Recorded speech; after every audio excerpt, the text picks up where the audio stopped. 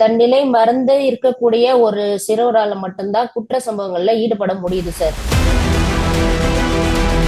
இவனுங்க வந்து பாலியல் பலாத்காரம் பண்ணிருக்கிறாங்க. சோ அப்போ வந்து அஃபென்ஸ் பனிஷ்மெண்ட் ஹெவியா தான் இருக்கும். அவன் ஃபியூச்சரே போயிட்டு ரெஸ்ட்ரிக்ஷனை மீறிய ரெஸ்டோ பார்களுடைய உரிமத்தை ரத்து பண்ணணும். சமுதாய சீர்கேடுல தான் இவ்வளோ அஃபென்ஸ் எல்லாமே இதாகிறது. எங்கள் தலைவரை வந்து விமர்சனம் பண்றாங்க. அவர் வந்து வெளியூர் இருக்காரு, இங்க வந்து சம்பாதிக்க வந்திருக்காரு அப்படின்னு சொல்லிட்டு அவருமே ஒரு கருத்தை சொல்லியிருக்காரு. சேகுவேரா வந்து எப்படி வந்தாரு, அர்ஜென்டினால இருந்து அவர் வந்து கியூபாக்கு வந்ததா அவர் சொல்லியிருந்தாரு. மக்களுக்கான சேவைகளை செய்யதான் வந்திருக்காரே தவிர அவர் தன்னுடைய சுயநல லாபத்துக்காக இங்க வரல. சம்பாதிக்க வேண்டிய அவசியமும் இங்க இல்ல.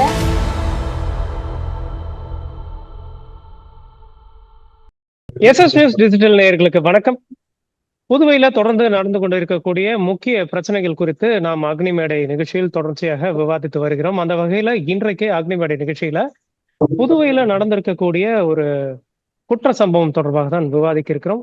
9ஆம் வகுப்பு படிக்கக்கூடிய ஒரு சிறுமிக்கு நேர்ந்த துயரத்தை தொடர்பாக நாம் இன்றைய விவாதத்தில் விவாதிக்க இருக்கிறோம்.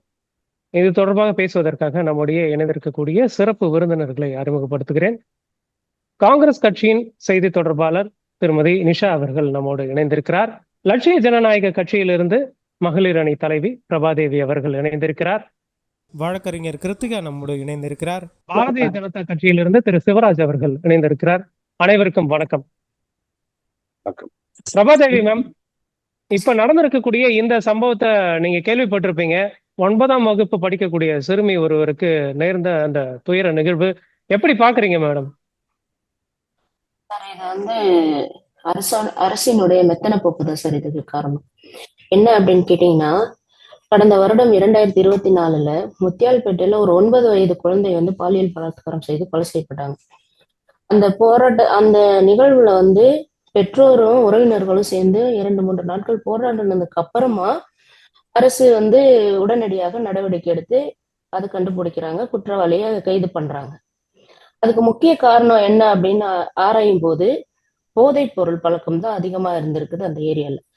கஞ்சா, மது பழக்கங்களுக்கு இளைஞர்கள், அதாவது அந்த பையனுக்கு 19 வயது கிட்ட அப்படின்ற மாதிரி சொல்லியிருந்தாங்க. இன்னைக்கு பள்ளிக்கூடத்துல படிக்கக்கூடிய மாணவர்கள், அரசு பள்ளி மாணவர்களுடைய சதவீதம் எடுத்து பாத்தீங்கன்னா 23% போதைப் பொருட்களுக்கு அடிமையான குழந்தைகள் தான் இருக்குது அப்படின்னு புள்ளிவிவரம் சொல்லுது. அரசு பள்ளியிலேயே இந்த நிலைமை அப்படின்னும் போது தனியார் பள்ளிகள்ல இருக்கக்கூடிய மாணவர்களுடைய கணக்கீடு எடுத்தாங்களா அப்படின்றது தெரியல. அப்போ ஒரு புதுச்சேரி மாநிலத்துல போதைப் பொருட்கள் சகஜமாக குழந்தைகளிடையே பழக்கமா இருக்குது அப்படின்னா, இது வந்து குழந்தைகள் வந்து இந்த மாதிரியான பாதைக்கு போறது அது யாராலையும் தடுக்க முடியாது அப்படின்ற ஒரு சூழ்நிலையை இவங்க அரசை உருவாக்குறாங்களா, இல்ல வியாபாரிகள் உருவாக்குறத இவங்க தடுக்காம இருக்கிறாங்களா அப்படின்றதுதான் நம்மளுடைய கேள்வியா இருக்குது. இவங்க சொல்றாங்க, நாங்க அங்க பிடிச்சோம், இங்க பிடிச்சோம், கஞ்சா வியாபாரிகளை பிடிச்சிட்டோம், போதைப் பொருள் இது பண்றவங்கள பிடிக்கிறோன்றாங்க. சிறு குறு வியாபாரிகளை தான் இவங்க பிடிக்கிறாங்களே தவிர மொத்த விற்பனையாளரை இவங்க கைது செய்து புதுச்சேரிக்குள்ள போதைப் பொருட்கள் நடமாட்டம் இல்லாம இருக்கணும் அப்படின்ற ஒரு நடவடிக்கை இந்த அரசு மேற்கொண்டதா அப்படின்ட்டா இல்ல. ஏன்னா இந்த அரசு அந்த விஷயங்கள்ல கவனம் செலுத்தி இருந்ததுன்னு வச்சுக்கோங்களேன், இன்னைக்கு இந்த நிலைமை இருக்காது.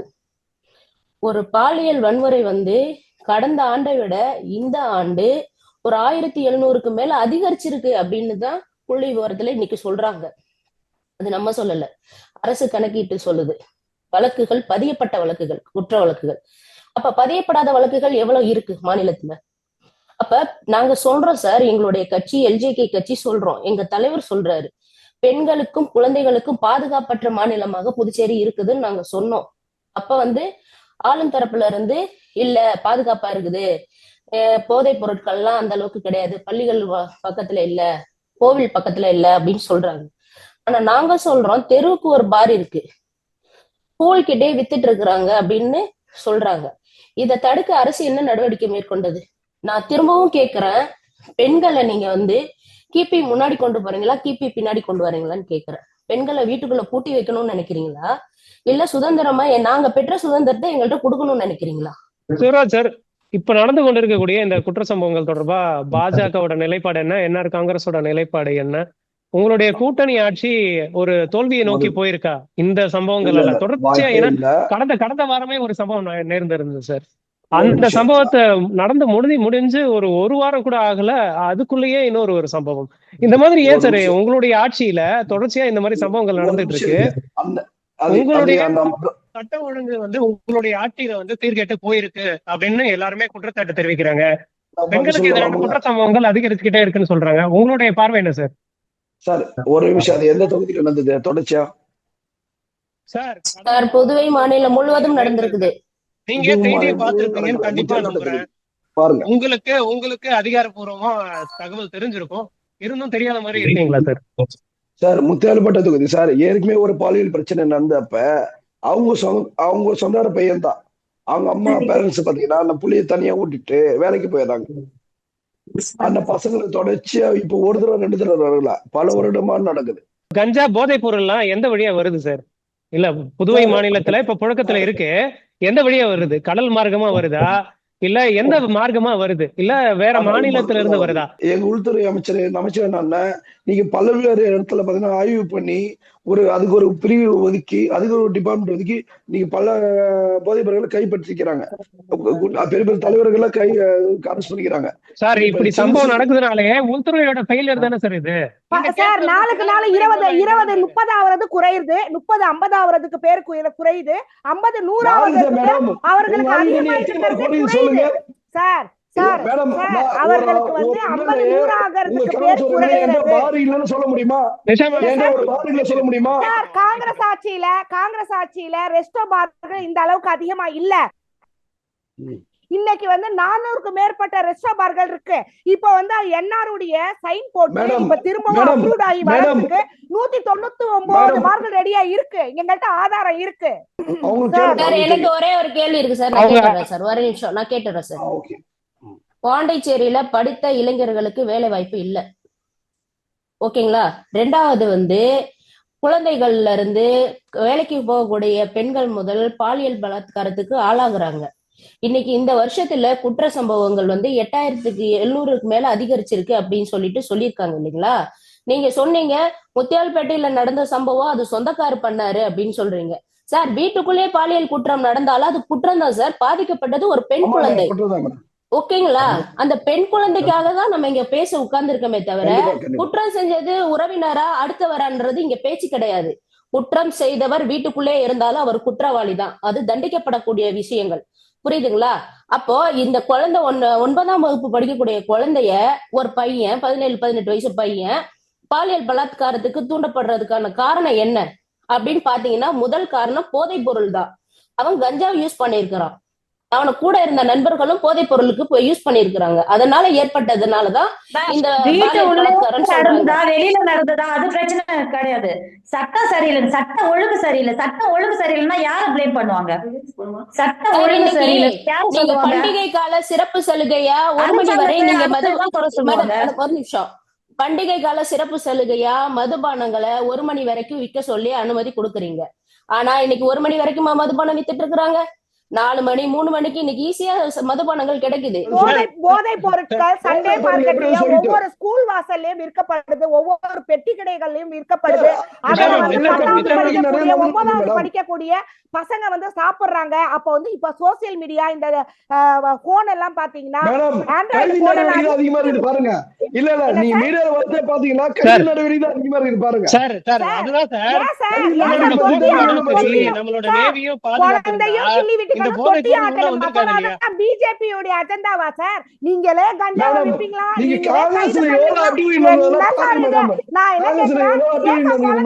கிள்ளணும், குழந்தைய அள வைக்கணும், தொட்டியையே ஏன் ஆட்டணும்? என்ன சார்? அதாவது வேலியே பயிர மேயுமா? இது என்ன? நீங்களே எல்லா குற்றத்துக்கும் அடிக்கல் நாட்டுவீங்க, நீங்களே பூஜை பண்ணுவீங்க, அத மண்ணெண்ண ஊத்தி அடைப்பீங்களா? மண்ணெண்ண புதுச்சேரியில பாத்தீங்கன்னா ஒரு எம்எல்ஏ ஒரு பார் லைசன்ஸ் வச்சுட்டாரு. எம்எல்ஏ ஒரு மக்களோட சேவை செய்ய வந்துக்கிறாங்க.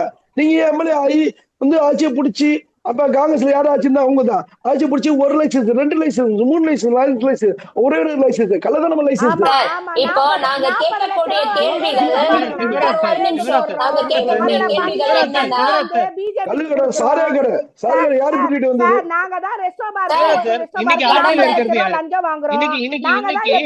பிஜேபி உள்துறை அமைச்சருக்கு கடந்த 2 ஒரு தவறு அவங்க செஞ்சு வச்ச தவறு ஒரு அடிவரை வெட்டிட்டு வருவோம். சிவராஜ் சார் சிறப்பான சிறப்பை செய்து அவ்வளவு காவல்துறையில ஒரு வாரம் நியூஸ்ல பார்த்தா எவ்வளவு கைது நடவடிக்கை பாத்துருக்கீங்க.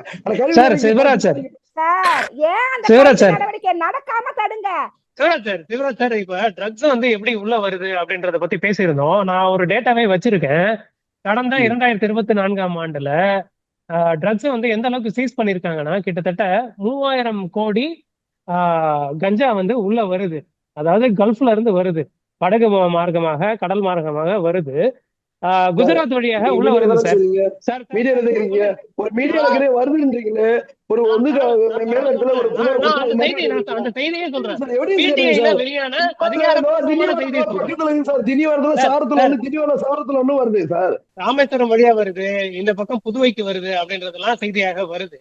அந்த காலகட்டத்துல கடல் வழியா சார், தமிழ் வழியா தான் சார் பஸ் என்ன எப்படி வந்து நான் காரணம் சொன்னேன். எந்த முறையிலும் சொன்னீங்க அது வந்து கைது நடவடிக்கை பல கைது நடவடிக்கிறாங்க. பேருந்து ஓட்டுநர்களும் வேண்டுகோள் கேட்கிறேன், ஒரு பார்சல் கொடுக்குறாங்க செக் பண்ணி தான் வந்து அவங்க வண்டியில வாங்கணும். ஒரு வியாபாரிகள் மற்ற வியாபாரி பாதிப்பக்கூடாது. ஏதோ நல்ல பொருள் வீட்டுக்கு ஒரு பொருள் சிறு வியாபாரத்துக்கு ஒன்றும் வாங்கப்படலாம். சம்பந்தமே சாப்பாடு பொருளுமே உருட்டையா இருந்தது. வேற விழுப்புரத்தை தாண்டி சரி திண்டிவனம் சரி அந்த பொருள் ஒண்ணு வருதுன்னா ஏன்னா சாப்பாடு பொருள் பார்சல பிரிச்சு பார்க்கணும். இந்த சம்பவத்துல இன்வால்வ் 4 பேர் சிறார்கள். இந்த சிறார்களுக்கு எப்படி ட்ரக்ஸ் வருது, அவங்க கைக்கு எப்படி போகுது சார்? உண்மை சொல்லுங்க சார், சிறார்கள் வந்து பாத்தீங்கன்னா இப்ப வந்து ஆக்சுவலி பாத்தீங்கன்னா அப்ப அந்த காலத்துல பழைய விளையாட்டு கபடி ஆபியம் சிறு சிறு விளையாட்டு வீட்டுல விளையாடுவாங்க. இப்ப செல்லு வந்து போச்சு சார். செல்லு வந்ததுனால அதே பார்த்துட்டு உட்காருங்க சார். உண்மையா எனக்கு கஷ்டமா இருக்குது. எங்க வீட்டு பசங்க செல்லு யூஸ் பண்ற போது அந்த பவர் கம்மி பண்ணி யூஸ் பண்ணுங்கம்மா. கண்ணு அந்த ஃபிக்சர்ல அந்த கண்ணாடி போற ப்ராப்ளம், கண்ணு உள்வாங்க நிறைய ப்ராப்ளம். விளையாடுங்க, உடற்பயிற்சி விளையாடுங்க. எல்லாரும் பொண்டாட்டி அண்ணு வரப்பே சொல்லிடுவேன், ஏமா பாப்பா கண்ணு வச்சு தம்பி அவன் ஆம்பளை பையன் பொம்பளை பிள்ளை. நான் என் பொண்ணுக்கு சொல்லிக்கிறேன், அம்மா இங்க தொட்டாட்டு வந்துச்சு உடனே அப்பாட்டு சொல்லி உடனே அந்த இடத்துல நான் ஸ்மார்ட்ல போட்டு குத்து பேட்ச் வச்சுட்டேன்னா எட்ட வந்துருப்பானு. பொம்பளை பிள்ளைக்கு சொல்லி கொடுக்கறதோட ஆம்பளை பசங்களுக்கு எஜுகேட் பண்ணுங்க சார். பொம்பளை பிள்ளைய எப்படி ட்ரீட் பண்ணணும், பொம்பளை பிள்ளைய தொடக்கூடாது, பொம்பளை பிள்ளைய எப்படி நடத்தக்கூடாது. அப்பதான் சார் அந்த அஃபென்ஸ் எல்லாம் கம்மியாகும். அப்பதான் சார் அந்த அஃபென்ஸ் எல்லாம் கம்மியாகும். தம்பி ஒவ்வொரு ஆண் பிள்ளைகளுக்கும் தம்பி நீ பொம்பளை பிள்ளைக்கு இதை தொடாத ஆம்பளை பிள்ளை செஞ்சுட்டே இருப்பாங்க. நீங்க ஏன் மேடம் பொம்பளை பிள்ளைய தொடக்கூடாது ஆம்பளை பிள்ளைய தொடக்கூடாதுன்றீங்க? பாலின சமத்துவத்தை கற்றுக் கொடுக்க சொல்லுங்க மேடம். ஆண் பெண் இருவரும் சமம் என்ற பாலின சமத்துவத்தை கத்துக் கொடுக்க சொல்லுங்க. கல்வி அதாவது பள்ளிகள்ல வந்து பாலியல் இத பத்தி பேசுவோம். கண்டிப்பா பிரபா மேம் இத பத்தி கண்டிப்பா பேசுவோம். மதவாதத்தை நீங்க தான் உருவாக்குறீங்க கலவரத்தை. ஆமா வந்து பாண்டிச்சேரிய வந்து அவங்களே அவங்களே ஒரு வலுவுக்கு வரும்போது ஒரு அரசியல வந்துக்கிறாங்க. அவங்க வந்து அவங்க அரசியல் வந்து அவங்க கட்சி காப்பாத்த பாக்குறாங்க. ஆக்சுவலி என்னன்னா இப்ப தொடர்ச்சியாவே வந்து இந்த மாதிரியான சம்பவங்கள் நடந்துகிட்டு இருக்கு. இந்த மாதிரியான சம்பவங்கள் நடந்துட்டு இருக்கும் போது இவங்க வந்து காங்கிரஸ் ஆட்சியில எல்லாம் நடந்திருந்தது அப்படின்னு சொல்லிட்டு பால உங்க சைடு போட்டுடுறாங்க. இதெல்லாம் எப்படி பாக்குறீங்க நீங்க?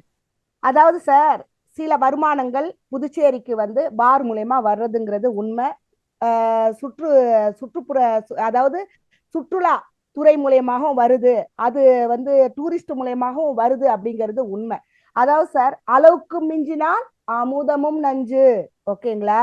எதுவா இருந்தாலும் ஒரு அளவாதான் இருக்கும். அமுதமும் கூட அளவுக்கு மீறி சாப்பிட்டா விஷமா மாதிரி நம்ம செத்து போயிடணும். அப்போ அப்படி இருக்கிற பட்சத்துல நம்ம வந்து என்ன சொல்றோம் அப்படின்னா ஏற்கனவே பார் சிஸ்டம் வச்சாங்க சார். அது கலாச்சார சீரழிவுக்கு வந்து 10 வருடங்களுக்கு முன்னாடிலாம் வந்து நம்ம பின்னோக்கியவாறு பார்க்கும்போது கலாச்சார சீரழிவு இந்த அளவுக்கு வரல. ரெஸ்டோ பார் கலாச்சாரம் என்னைக்கு புதுச்சேரியில வந்து உருவெடுத்ததோ அதிகப்படியான ரெஸ்டோ பார்கள், ஒரு வீதிக்கு 10 ரெஸ்டோ பார்கள், குடித்தனம் இருக்கக்கூடிய இடங்களிலும், கல்வி நிலையங்கள் இருக்கக்கூடிய இடங்களிலும், வழிபாட்டு தலங்கள் இருக்கக்கூடிய இடங்களிலும், முதன்மை சென்டர் அதாவது வந்து பிரைமரி குழந்தைங்களுக்காக இருக்கக்கூடிய பிரைமரி அங்கன்வாடி சென்டர்கள் இருக்கக்கூடிய இடங்களிலும் கணக்கற்ற ரெஸ்டோ பார்களை மேடம் கொடுக்குறாங்க. ஒரு நிமிஷம் சரிங்களா மேடம் சார்? எனக்கு ஒரு சார் ரொம்ப சார் நல்ல ரெண்டு இருங்க பேர் சார், சேர்ந்து இருங்க சார், பேசலாம். சார், அவங்க பேச பேச வாய்ப்பு ரெண்டு பேர் கொடுத்திருக்காரு. சேர்ந்து செய்யலாம். நண்பர் ஒரே அவர்களே, விஷயம் எங்க சகோதரர் வெளியே அவர்களே, தோத்துக்கிறீங்களா நண்பர் இருங்க மேடம். அவர்களே, நண்பர் அவர்களே, சகோதரர் அவர்களே, கொஞ்சம் நிப்பாட்டுங்க. நான் என்னுடைய அவங்க கருத்தை பேசிடட்டும், அவங்க தெரியப்படுத்துறேன். பேசி முடிச்சிடட்டும். ஆ? நீங்க தொடர்ந்து சொல்லுங்க. வீதிக்கு வீதி இருக்குங்க சார். அந்த ரெஸ்டோ பார்ல டைமிங்கும் ஃபாலோ பண்றாங்கன்னா கிடையாது. ஒரு ரெஸ்டோ பாரை வந்து உருவாக்கணும், அதுக்கு வந்து நம்ம அனுமதி கொடுக்கணும் அப்படின்னா, லைசன்ஸ் கொடுக்கணும்னா ரெஸ்ட்ரிக்ஷன் இருக்கு. இந்த வரையறைக்குள்ளதான் இருக்கணும், 500 மீட்டருக்குள்ளார வேற ஒரு பார் இருக்கக்கூடாது, வழிபாட்டு தடை இருக்கக்கூடாது. எங்க நெல்லித்தோப்பு தொகுதியில சாரம் மார்க்கெட் எடுத்தாப்புல பார் வச்சுக்கிறாங்க. கருமாடி கட்டா பக்கத்துல இருக்குது. கோயில் வந்து 50 அடி தள்ளி இருக்குது. நாராயணசாமி ஐயா முதலமைச்சர் இருந்தாரு. நாங்க எவ்வளவு கோரிக்கை சொன்னோம், அவர் கண்டுக்கவே இல்லை. இங்க நெல்லித்தோப்பு பெரியானர்ல பாத்தீங்கன்னா பல கஞ்சாயா இருக்கிறாரு. புதுச்சேரியுடைய மக்கள் வாழ்வாதாரத்தையே இருப்பிடத்தையே காலி செஞ்சுக்கிட்டு வெளியூர் போகக்கூடிய அளவுக்கு கலாச்சாரத்தை சீரழிச்சுக்கிட்டு இந்த ரவுடிசமும் கஞ்சாவும் இந்த ரெஸ்டோ பாரும் அதிகப்படுத்துற அளவுக்கு அதிகப்படுத்திக்கிட்டு இருக்கக்கூடிய என்ஆர் பிஜேபியுடைய அரசு அவலங்களுக்கு நிகரா எங்களுடைய காங்கிரஸ் போன ஆட்சி என்னைக்குமே இருந்தது இல்ல.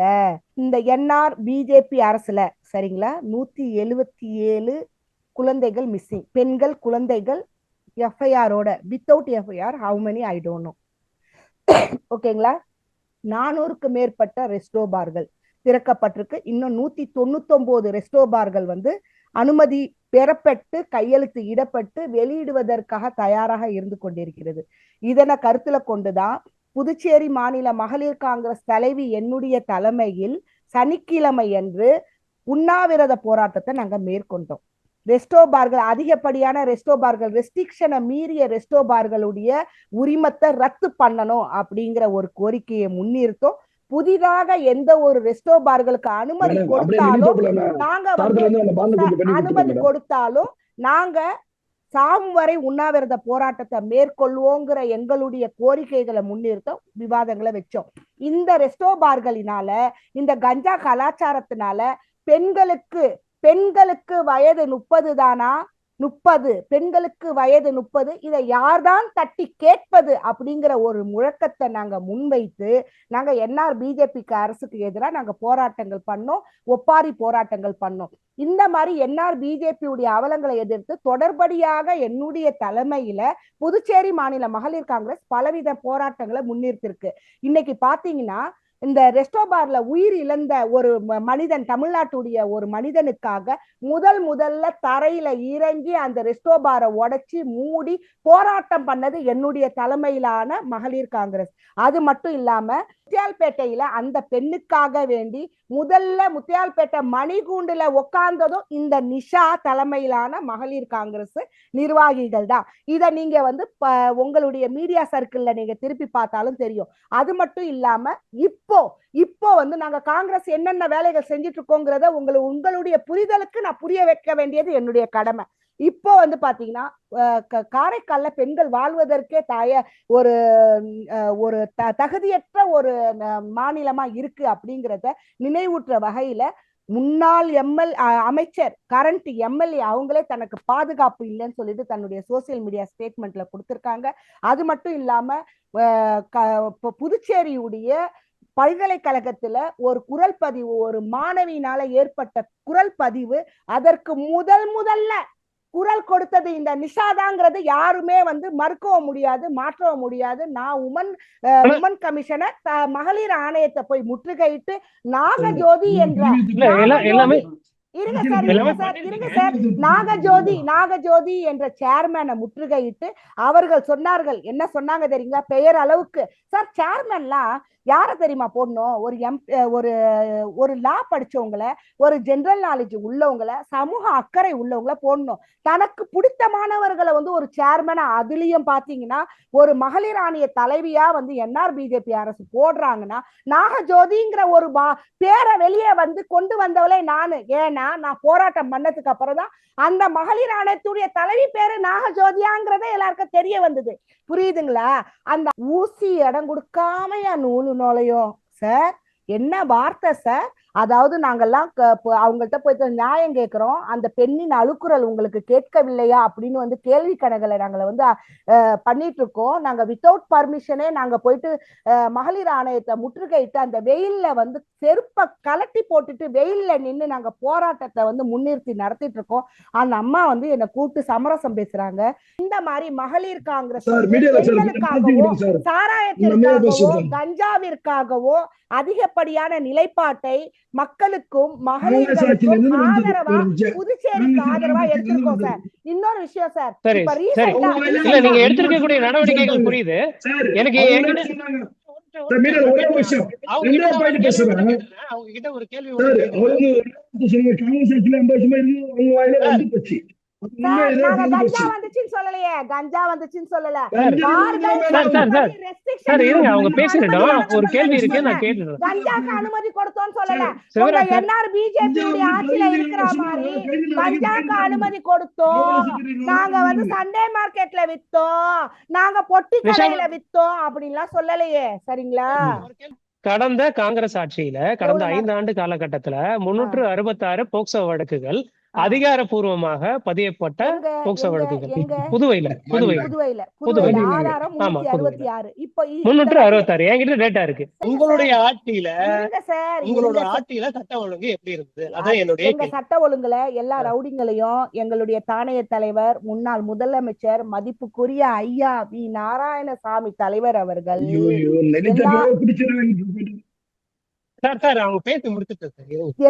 எல்லா குண்டர்களையுமே அவர் வந்து சிறையில் அடைத்தார்கள். யாருக்கும் பெயில் கொடுக்கல. எல்லாருக்குமே வந்து பாத்தீங்கன்னா அந்த ஏதோ சொல்லுவாங்களே வர முடியாத வழக்கு போடுவாங்களே. மேடம் என்ன மேடம் கிருத்திகா மேடம்?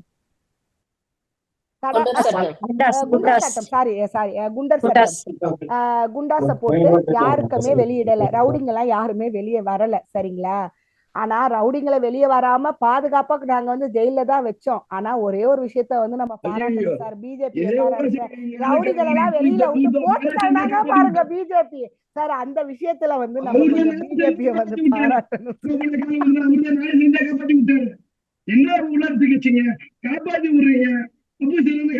எங்கள் ஆட்சியில யாரையுமே காப்பாத்துனது கிடையாது சார். நான் நீங்க கேள்விக்கு பதில் சொல்றேன் சார். அப்புறம் வந்து பதில் தெரியலன்னு சொல்லிடுவீங்க. ஒரு நாடு வளர்ச்சி விகிதத்துல முன்னோக்கி போலாம். சரிங்களா? கற்பழிப்பு விகிதத்திலும் கலாச்சாரத்தை சீரழிக்கும் செயல்களை செய்யக்கூடிய விஷயத்திலும் வறுமை கோட்டிற்கு மேல, அதாவது நம்ம முன்னோக்கி போற எல்லா வளர்ச்சி விகிதத்திலயுமே நம்ம வந்து எதுல போகணும்? முன்னோக்கி போகணும். சரிங்களா? அப்போ அந்த முன்னோக்கி போகக்கூடிய எல்லா சந்தர்ப்பங்கள்லயுமே எல்லா ஆட்சியிலுமே தவறுகள் நடந்துட்டு தான் இருக்குங்கிறதுல நம்ம வந்து மாற்று கருத்து கிடையாது. நாங்க வந்து எங்களுடைய ஆட்சியில ஒரு கிரைம் கூட நடக்கல, நாங்க 100% பியூர்னு சொல்லிக்கக்கூடிய அளவுக்கு எந்த கட்சியுமே, நாட் ஒன்லி காங்கிரஸ், இந்தியாவில் ஆண்ட எந்த கட்சிக்குமே அந்த அங்கீகாரம் கிடைக்கவில்லை.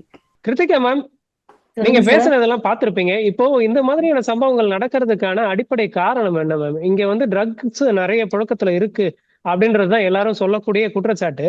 ஆனா இதை மறுதளிச்சு பேசுறாங்க பாஜக தரப்புலயும் சரி, என்ஆர் தரப்புலயும் சரி, இந்த கூட்டணி ஆட்சி தரப்புல இவங்க கண்டிப்பாவே இதை மறுதளிச்சுதான் பேசிக்கிட்டு இருக்காங்க. எந்த அளவுக்கு கன்செப்ஷன் இங்க இருக்கு? யங்ஸ்டர்ஸ் கிட்ட எந்த அளவுக்கு புழக்கம் இருக்கு? ஃபர்ஸ்ட் ஆஃப் ஆல் வந்து இது வந்து பேசிக்கா சமுதாய சீர்கேடுதான். சமுதாய சீர்கேடுலதான் இவ்வளவு அஃபென்ஸ் எல்லாமே இதாகிறது. அந்த பெண் மட்டும்தான் பாதிக்கப்பட்டதா? அந்த பையனும் ஏதோ ஆல்கஹாலோ அல்ல இந்த ட்ரக்ஸுக்கு அடிக்ட் ஆகி அவங்க பேரண்ட்டுக்கே தெரியாது அவன் எப்படி அடிக்ட் ஆனா, எப்படி இதானா. இப்ப அவனோட லைஃபும் போயிடுச்சு, அவனோட லைஃபும் போயிட்டு இந்த குழந்தையோட லைஃபும் போயிட்டு. இல்ல அந்த ஒரு பையன் மட்டும் இல்லாம கூட ஒரு 4 பேர் இன்வால்வ் ஆகியிருக்காங்க அப்படின்னு சொல்லப்படுது. எல்லாமே அண்டர் 18 இயர்ஸ், அவங்க ஃபியூச்சர் எல்லாமே போச்சு. இப்ப வந்து அந்த போக்சோ கேஸ்ல செக்ஷுவல் ஹராஸ்மெண்ட்டுக்கு தனி, ஒவ்வொரு அஃபென்ஸுக்கு தனித்தனி பனிஷ்மெண்ட்ஸ். இவனுங்க வந்து பாலியல் பலாத்காரம் பண்ணிருக்கிறாங்க. சோ அப்போ வந்து அஃபென்ஸ் பனிஷ்மெண்ட் ஹெவியா தான் இருக்கும். அப்படி இருக்கிற பட்சத்துல அவன் ஃபியூச்சரே போயிட்டு தண்டனை வந்து கடுமையா தான் இருக்குது. பட் அதோட அவேர்னஸ் பசங்களுக்கு தெரியல. இதோட விளைவு என்ன, இந்த விஷயத்தை இதை பண்ணா இதோட விளைவு என்ன, இது எங்க போய் நிறுத்தணும். சோ அந்த சார் சார் சிவராஜ் சார் அவங்க பேசி முடிச்சிட்டு சார் சிவராஜ் சார் தெரியாம பசங்க தவறு பண்ணிடுறாங்க. எங்க ஆட்சி தான் போஸ்ட்கோ சட்டத்தை கொண்டு வந்தது. சார் ஆட்சி தயவு சிவராஜ் சார் செஞ்சு நீங்க சிவராஜ் சார் எல்லாரும் இதுல போட்டி அரசியல் போட்டுக்கிட்டு வேண்டாம். மக்கள் தான் சார் பாதிக்கப்படுறாங்க. நீங்க சார், யாருமே சிவராஜ் வெல்ஃபேர் ஆஃப் அந்த தி பையனே பீப்புள் பேச போகுது, அந்த மாட்டீங்க. பையன் life இதை போகுது, அந்த எப்படி பெண்ணோட life சொசைட்டி போகுது. சார் ஒரு 20-30 வருஷத்துக்கு முன்னாடி இருந்த சொசைட்டி இப்ப இல்ல சார். ஒவ்வொருத்தங்களும் திக்கு அதான் திக்குன்னு சொல்றேன். ஒவ்வொரு நிமிஷம் பயந்துன்னு தான் சார் இருக்கிறோம். பொண்ணை நானும் பெற்றவங்களும் அதுதான் சரி, சொல்றேன். பிள்ளைய பெற்றவங்களும் சரி, இங்க வளர்ந்து வாழறதுக்கே பயப்படுறாங்க. ஃபர்ஸ்ட் விஷயம். ரெண்டாவது, நீங்க வந்து சரி ஓகே உங்க ஆட்சி, நான் வந்து ஆட்சிக்குள்ள கட்சிக்குள்ள வர விருப்பப்படல. ஏங்க, பட் ஆட்சி நீங்க தான் சொன்ன சொல்ல ஒரு முடியும். விஷயத்துக்காக சரி, சொல்றேன். உங்க ஆட்சியில இங்கே நடக்கலன்றீங்க. ஓகே நடக்கல. நீங்க ஆட்சியில இவங்க ஆட்சியில நடக்குதுன்னா உங்க ஆட்சியில அவங்க வந்து பேன் பண்ணிருக்கணும். எதா இருந்தாலும் உங்க ஆட்சிக்கு மேடம், முன்னாடி அவங்க வந்து பண்ண பேன் தப்புக்கு பண்ணிக்கலாம். அவங்க சரி பண்ணி செய்றாங்க மேடம். அவங்க நீங்க பண்ண வச்சு லைசன்ஸ் அவங்க எல்லாம் நீங்க பண்ண பேன் தப்புக்கு பண்ணீங்களா? சரி உங்க பண்ணி உங்க பீரியட்ல பேன் பண்ணீங்களா? எனக்கே ஒரு லைசன்ஸ் வேண்டுதல் எல்லாம் மேடம். கேன்சல் பண்ணீங்களா? வாழ்க்கையில எல்லா பாரும் முறைக்கணும் மேடம். நீங்க லைசன்ஸே வாழ்க்கையில கொடுக்கல. வரவே உங்க வேணும் மேடம். பீரியட்ல லைசன்ஸே கொடுக்கல. லைசன்ஸ் உங்க வந்து பீரியட்ல லைசன்ஸே நீங்க கொடுக்கல. மேடம், அதுக்கு முன்னாடி வச்சிருந்தவங்களும் கேன்சல் பண்ணது சார். எம்எல்ஏ எஃபெக்டிவா என்ன பண்ண முடியுமோ அதெல்லாம் சார் நம்ம பேசணும். ஒரு ரெஸ்டோ ஆட்சியாளரா பார்களுக்கு யார் அனுமதி கொடுத்தது சார்? ஒரு ஆட்சியாளரா இப்ப நான் ஆட்சிக்கு வர்றதுக்கு முன்னாடி இப்ப நான் இதை செய்வேன் அதை செய்வேன்னு சொல்றீங்கல்ல. இப்ப இதுக்கு இந்த கட்சிக்காரங்க நீங்க குறிப்பிட்டு சில கட்சி சொல்றீங்க, நான் சொல்ல விருப்பப்படல. அந்த கட்சிக்காரங்க எல்லாம் லைசன்ஸ் வாங்கி வச்சுக்கிறாங்க அவங்களா. அப்ப நீங்க ஆட்சிக்கு உட்கார்ந்த பிறகு நீங்க அதெல்லாம் கேன்சல் பண்ணிருக்கணும்ல சார். நல்லவங்களா இருந்தா மக்களோட பாதுகாப்பு மக்களோட நலன் கருதி நீங்க அதெல்லாம் கேன்சல் பண்ணி மக்களுக்கு நல்லது செஞ்சிருக்கணும் சார். இப்ப இந்த குழந்தை இந்த பிரச்சனையே இதாயிடுச்சு. இதோட ஃபியூச்சர் என்ன, அந்த பசங்களோட ஃபியூச்சர் என்ன, அவங்களும் வீணா போயிட்டானுங்க. இப்ப அவங்களுக்கு எப்படி இது பண்ண முடியும்? இல்ல இதுக்கப்புறம் இதே சேம் சம்பவம் நடக்காத இருக்கிறதுக்கு என்ன ஸ்டெப்ஸ் என்ன பண்ண போறீங்க? சட்டம் எல்லாம் நல்ல ஸ்ட்ரிக்டா எல்லாமே பயங்கர ரிகரஸா இருக்குது. எல்லாமே இருக்கு. சட்டம் சரியில்லைன்னு சொல்ல முடியாது. சட்ட ஒழுங்கு இதை எப்படி நீங்க உங்க ஆட்சியாளரா நீங்க என்ன பண்ண போறீங்க? முத்தியால்பேட்ல நடந்த சம்பவத்திலே நாங்க வந்து சொன்னோம் இதுவே கடைசி சம்பவமா இருக்கட்டும், இதுக்கப்புறம் நடக்க கூடாது எல்லாருமே ஆர்ப்பாட்டம் பண்ணுங்க தெரியும் மேடம். ஒரு விஷயமா இருக்கட்டும். பட் தொடர்ந்து நடந்துட்டே. சோ இதுக்கு என்ன வழி, இதுக்கு என்ன எங்க இருந்து எதை ஸ்டார்ட் பண்ணி எதை பண்ணணும்? ஃபர்ஸ்ட் ட்ரக்ஸ் ஆமா அந்த அந்த ட்ரக்ஸ்னால அவேர்னஸ் கொண்டு வரணும் பாதிக்கப்பட்ட சார். அந்த பெண்ணுக்கு வந்து மரியாதைக்குரிய முதலமைச்சரோ அல்லது உள்துறை முதலமைச்சரோ யாருமே வந்து பார்க்காத ஒரு நல்லாட்சி செய்யக்கூடிய இது பண்ணும் சார். பசங்களுக்கு அவேர்னஸ் பண்ணணும் சார். சட்டம் லீகலா என்னென்ன இஷ்யூஸ் அவங்க பேர் இந்த பெருமா கோயில் இடத்துல ஒரு பார் வச்சிருக்காங்க. யாரு வச்சிருக்காங்க? இதே முத்தியால்பேட்டையில அங்கேயே வாங்கி போய் அங்கேயே மதுபானம் குடிக்கிறாங்க. இந்த மதுபானம் சாயங்காலம் இதுல வந்து எல்லாருக்குமே சம்பந்தம் இருக்கு சார். எல்லாருக்குமே இதுல பொறுப்பு இருக்கு சார். அடுத்தவங்களுக்கு நடக்கும் போது அடுத்தவங்களுக்கு அடுத்த வீட்டுல நடக்கும்போது அது நமக்கு செய்தி சார். சார் ஒரு நிமிஷம் சார் பேசலாங்களா?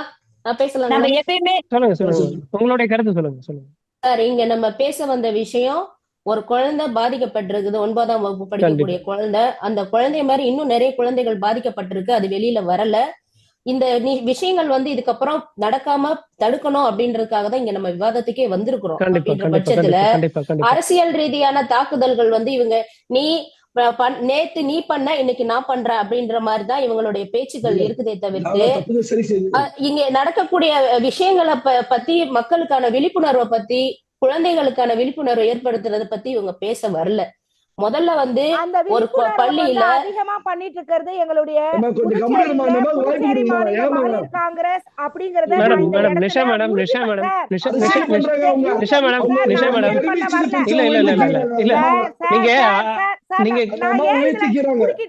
நான் ஏன் இதுல குறுக்கிட்டலாம்.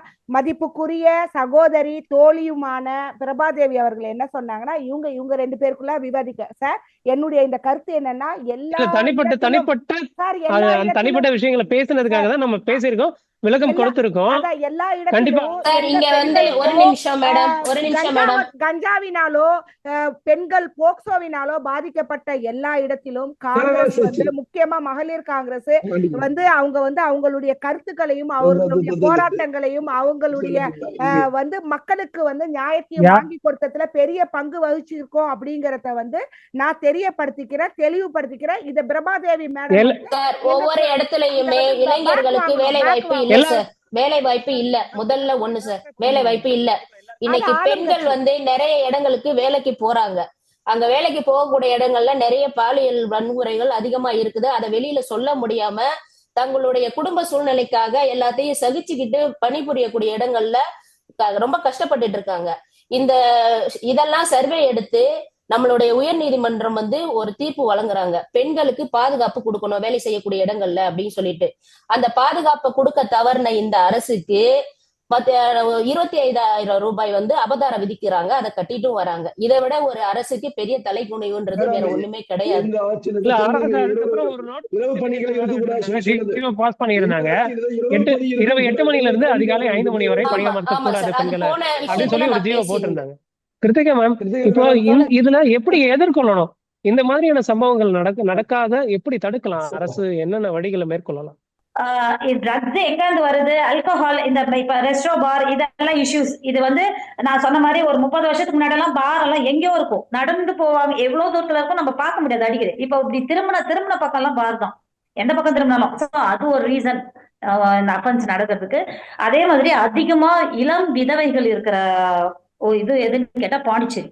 அது என்ன ரீசன்னா குடியால கணவரால் கைவிடப்பட்ட பெண்கள், இந்த கணவரால் கைவிடப்பட்ட பெண்கள், அது ஒரு ரீசன். நெக்ஸ்ட் வந்து ஃப்ரம் தி பேசிக் நம்ம பசங்களை எப்படி, நான் ஒரு அட்வொகேட்டா நான் பசங்களை எப்படி சொல்றேன்னா, பெண்களுக்கு மட்டும் குழந்தைகளுக்கு மட்டும் இந்த செக்ஷுவல் அவேர்னஸ் கொண்டு வரணும், பேட் டச் கிடையாது. ஆம்பளை பிள்ளைகளுக்கு கொண்டுவாங்க, இதை செஞ்சா இது என்ன இருக்கும், இந்த மாதிரி எல்லாம் நடந்தா என்ன இதுகளோட விளைவு அப்படின்னு சொல்லிட்டு பசங்களுக்கும் ஸ்கூல் எல்லா ஸ்கூல்லயும் எவ்ரி மந்த், அதாவது ஒரு வருஷத்துல ஒரு நாள் கொடுக்கறதுனால அந்த குழந்தைக்கு தெரிய போகுது இல்ல. அதை வந்து ஒரு மாசத்துக்கு ஒரு தடவை டெய்லி வைக்கலனாலும், ஒரு ஒன்ஸ் இன் வீக் இல்லைனாலும் ஒரு மாசத்துக்கு மாசம் வச்சு அது உங்களுக்கு அவேர்னஸ், ட்ரக்ஸை பத்தி, ஹராஸ்மெண்ட், செக்ஷுவல் ஹராஸ்மெண்ட் பத்தி, ஆல்கஹால் பத்தி, இது எல்லாமே அவேர்னஸ் கொண்டுட்டு வந்து அதோட சட்டத்துல என்ன பனிஷ்மெண்ட் சொல்லி இருக்கிறாங்க. இப்போ வந்து ரெண்டு கம்பேர் பண்ணணும். இந்த விஷயத்துல நீ போனா இப்படிதான் உன்னோட ஃபியூச்சர், உன்னோட எண்டு இப்படிதான் இருக்கும், அவங்க லைஃபே போயிடும். நீ இப்படி படிச்சு இந்த லெவல்ல போனா நீ எங்கேயோ ஒரு சொசைட்டில ஒரு நம்ம 4 பேர் மதிக்கிற அளவுக்கு வருவ. இதெல்லாம் வந்துட்டு சின்ன பசங்களுக்கு எல்லாமே கொண்டுட்டு வந்தா. பசங்க வந்து அது 5 வயதில் வளையாதது சொல்லுவாங்கல்ல, 50 வயதில் வளைய போகுது, அந்த மாதிரி சொல்ல அந்த சின்ன வயசுலயே வந்து குழந்தைங்களுக்கு எல்லாமே கொண்டுட்டு வரணும் சார். அவேர்னஸ் கொண்டு வந்தாலே பசங்க இப்போ இந்த கெட்டு போற வயசு என்ன, டீனேஜ். கண்டிப்பா டீனேஜ், மொபைலும் ஒரு ரீசன். அப்படி இருக்க பட்சத்துல அந்த டீனேஜ்ல தான் பசங்களுக்கு இந்த அவேர்னஸ் நிறைய கொண்டு வந்துட்டு இந்த ட்ரக்ஸ் பத்தி எல்லாம் சொன்னா புரிஞ்சுப்பாங்க, கண்டிப்பா மாத்த முடியும். இது மாத்த முடியாது ஒண்ணும் இல்ல. அப்படி இருக்கும்போது அவனுங்களுக்கே தெரியாது. ஒரு 10 பசங்க இருக்கிறாங்கன்னா 10 பேரும் நல்லவங்க கிடையாது, அதனால 10 பேரும் கெட்டவங்களும் சொல்ல முடியாது. அப்ப அந்த பிள்ளைங்க போகுதுன்னா பேரண்ட்ஸுங்க 2 பேருமே இப்ப இருக்கிற சிச்சுவேஷனுக்கு ஒர்க்கிங் 2 பேருமே போறாங்க 24 hours. இப்ப நான் சொசைட்டியை நம்பிதான் என் பிள்ளைங்களை எல்லாம் விட்டுட்டு வரேன். பொம்பளை பிள்ளையா இருக்கட்டும், ஆம்பளை பிள்ளையா இருக்கட்டும், ஸ்கூலுக்கு போறாங்க, ஈவினிங் வந்துருவாங்க, வீட்டுல சாப்பிடுவாங்க, டியூஷன் போவாங்க, இப்படிதான் நான் 24 hours காலையில இருந்து ஈவினிங் வரைக்கும் போனேன்னா நான் எப்படி என் ஃபேமிலியை டெவலப் பண்றது? சோ அதனால சிச்சுவேஷன் காரணமா எல்லா பேரண்ட்ஸுமே அது எய்தர் எந்த கம்பெனிக்கு போறவங்களா இருந்தாலும் ஹையர் அபிஷியல்ஸ் வந்து எல்லாமே வேலைக்கு போற சிச்சுவேஷன்ல இருக்கும். அப்படி இருக்கிற பட்சத்துல சொசைட்டில எப்படி என்ன நடக்குதுன்னா, நம்ம ஸ்கூல்ல தான் அதிக டைம் ஸ்பெண்ட் பண்றாங்க. So அங்கங்க அவேர்னஸ் கொண்டுட்டு வரணும். In meantime government should take some effective steps. என்னன்னு கேட்டா இந்த பாஸ் இந்த இதெல்லாம் அதே மாதிரி அங்கங்க ஒரு police law and order made போலீஸுங்க ஈவினிங்ல ஸ்கூல் விடுற டைம்ல அந்த பசங்க எப்படி போறாங்க என்னன்ட்டு அங்கங்க இருந்து பார்த்து கண்காணிச்சு, அதுக்காக சும்மா போற பசங்களை எல்லாம் பிடிச்சி இது பண்ணவும் கூடாது. கேஸ் பண்றது இல்ல அப்படின்றது குற்றச்சாட்டு இருக்கு. போலீஸ் பேட்ரோல் வந்து குறைவாதான் இருக்கு அப்படின்னு கண்டிப்பா. அதெல்லாம் தான் சார், அததான் எஃபெக்டிவ் ஸ்டெப்ஸ் எடுக்கணும்னா பசங்களுக்கு அந்தந்த ஸ்கூல் ஏரியாலயோ இல்ல பசங்க கேதர் பண்ணல இல்ல ஒயிட் ஷாப் அந்த ஏரியால குடிச்சிட்டு இருக்கிறாங்களா, அதெல்லாம் எப்படி அப்புறப்படுத்தணும், எப்படி ஸ்டெப் உட்காந்து பேச கண்டிப்பா கன்சல்ட் பண்ணாலே கண்டிப்பா தெரியும் கவுன்சிலிங் என்னென்னலாம் பண்ணணும், ஸ்டெப்ஸ் எடுக்கணும்னால. நமக்கு வேண்டியது நீ பண்ணியா, நீ பெரிய ஆளா நான் பெரிய ஆளா இல்ல உன் ஆட்சியில நிறைய நடந்தது ஏன் ஆட்சி, அது நமக்கு இது கிடையாது. சொசைட்டில ஒவ்வொரு சம்பவம் நடக்கும்போது ஐயோ இப்படி நடந்துடுச்சேன்னு நினைக்கிறோம், அடுத்தது இப்படி பேசுறோம், இந்த மாதிரி விவாதம் பேசுறோம், நெக்ஸ்ட் அடுத்த வேலைக்கு போயிடும். Again it's happening, it's repeatedly happening, often it's happening. இப்ப நம்ம படிச்சுட்டு இருக்கும் போதே நம்மளால இது பண்ண முடியல. அப்ப அதுங்களுக்கு 9th மேல போனா நீ ஸ்கூலுக்கு போனா இந்த பிரச்சனை வருது, நடுவுல போற வழியில ஒயின் ஷாப் இருக்கு, இல்ல பசங்க கிண்டல் பண்ணுவாங்க இது பண்ணுவாங்கன்றதுக்காக படிப்பை கட் பண்ண முடியுமா? எஜுகேஷன் நம்மளுக்கு ரொம்ப முக்கியம். சோ பிள்ளைங்களும் நல்லா படிக்கணும்ன்றதுதான் எல்லாரோட பேரண்டோட கனவு, எல்லாமே ஆசை எல்லாமே. சோ பிள்ளைங்க ஃப்ரீயா படிக்கணும்.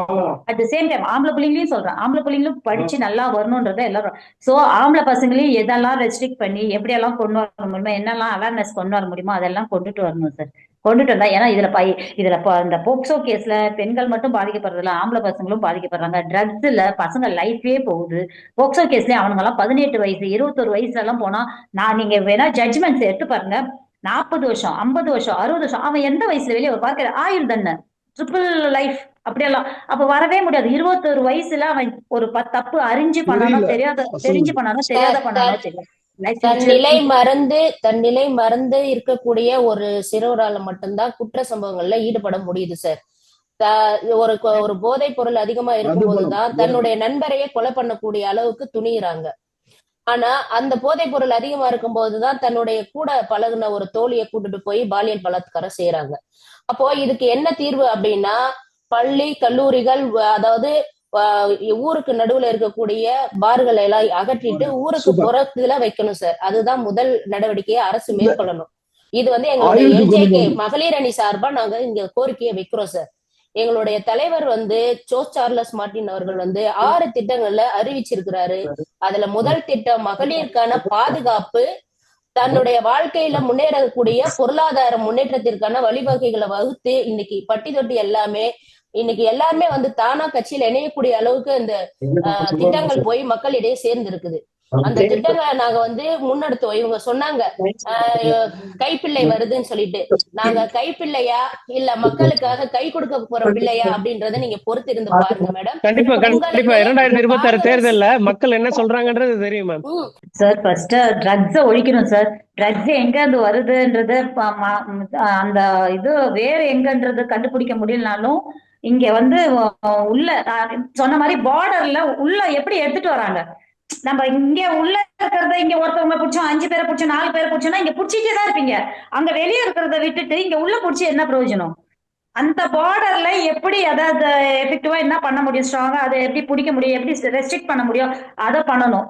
ட்ரக்ஸ் பிளஸ் இந்த ஒயின் ஷாப்ஸ் இதை மேக்சிமம் குறைக்கணும் சார். இதால வர இன்கம் நமக்கு கவர்மெண்ட்டுக்கு அதுதான் மெயின் இன்கம். அதனாலதான் நம்ம இது பண்றோம்ன்றதெல்லாம் செகண்ட். அது நிறைய பேர் வாழ்க்கையை அழிச்சு அந்த இன்கம்ல என்ன பண்ண போறோம்?